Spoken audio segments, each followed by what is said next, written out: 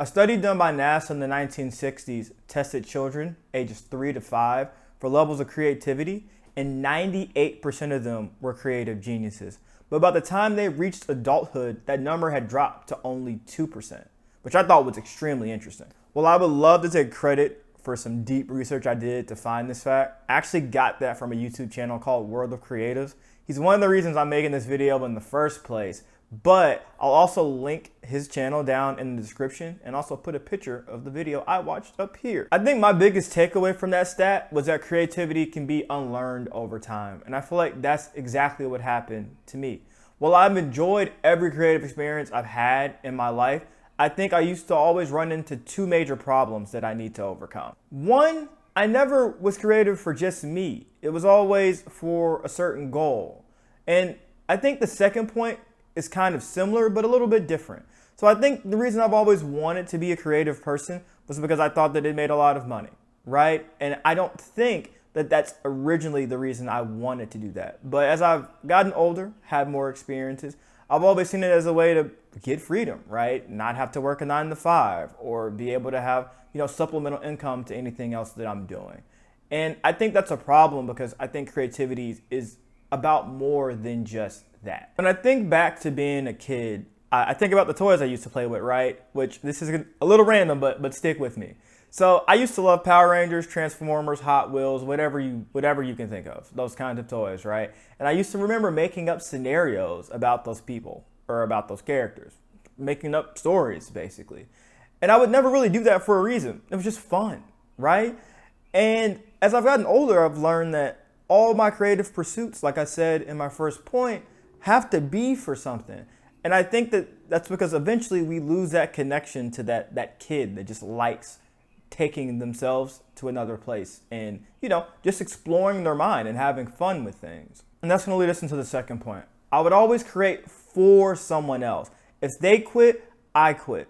I would never, ever really finish a creative pursuit because it would always be tied to someone else. And I think that made me have to acknowledge that my creativity was conditional. It was always tied to some mission, usually not a mission of my own. But for me, as I was writing this script, this thought kind of exposed a completely different issue.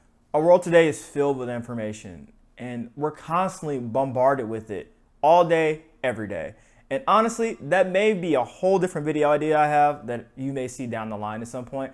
But I think that this leads to a problem that I have, and I'm curious if anybody else struggles with this too. It becomes paralyzing for me, honestly. And I think that it always has me searching for the right way to do something instead of just doing it. But thinking yourself into inaction, especially for me personally, is not any way to live.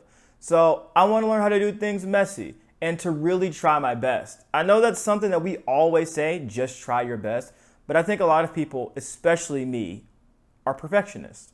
We want things to be perfect. We have this idealized image of what things will look like instead of just being courageous enough to put our vision out there and start somewhere. Because if you don't start somewhere, you're never going to start and you'll definitely never finish. So I want to free myself from this box that I've found myself in. We talked a little bit about the realizations that I've had about this. I want to make some of the dopest things I've ever made in my entire life. And I want to have fun with it. I have no idea what I'm doing. And I'm starting to realize that nobody else really does either. So I want this channel to be a place where I can share me and my creativity just because I want to and because I can. And if it's not accepted, that's fine. I really don't have a goal here because I have a goal everywhere else in my life. And I'm sure that I'll make a video about that at some point. But if I'm going to do this, we need to have some ground rules. So that's what we'll talk about next. First, I can talk about whatever I want. From the music industry to building computers to working out to video games and anything else that I feel like I can think of. I want the channel to be as fun and as creative for me as possible, like I said. And if I stumble across a niche at some point, I'm fine with that too. But I really want me to just be the niche, just the things that I like to do, the things that I like to talk about. I don't want to be too organized with this, if that's the best word that I could use. Second, and I think this is a big rule for me, I can't fall into perfectionism because I think I've struggled with that my whole life. And this is the one place where I don't want to allow myself to do that. I don't expect this video to be perfect. I don't expect this channel to be perfect. And I think that that's a good thing because I want to allow myself to just make the stuff that I want to make and have fun with it. Finally, like I just said, I want to have fun with this. I already have a full-time job. I don't need another one. I just want this to be a space where I can vent my creativity, have fun making things, and, see where it takes me. And finally, I can't quit.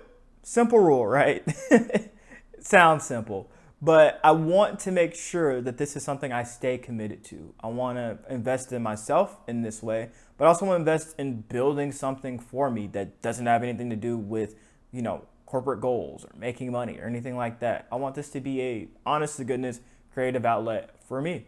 I'm terrified, honestly. I know I've said that a few times in this video. I have no idea what I'm gonna do next, what script comes next, or even, gosh, how I'm going to edit this. Don't even get me started on that.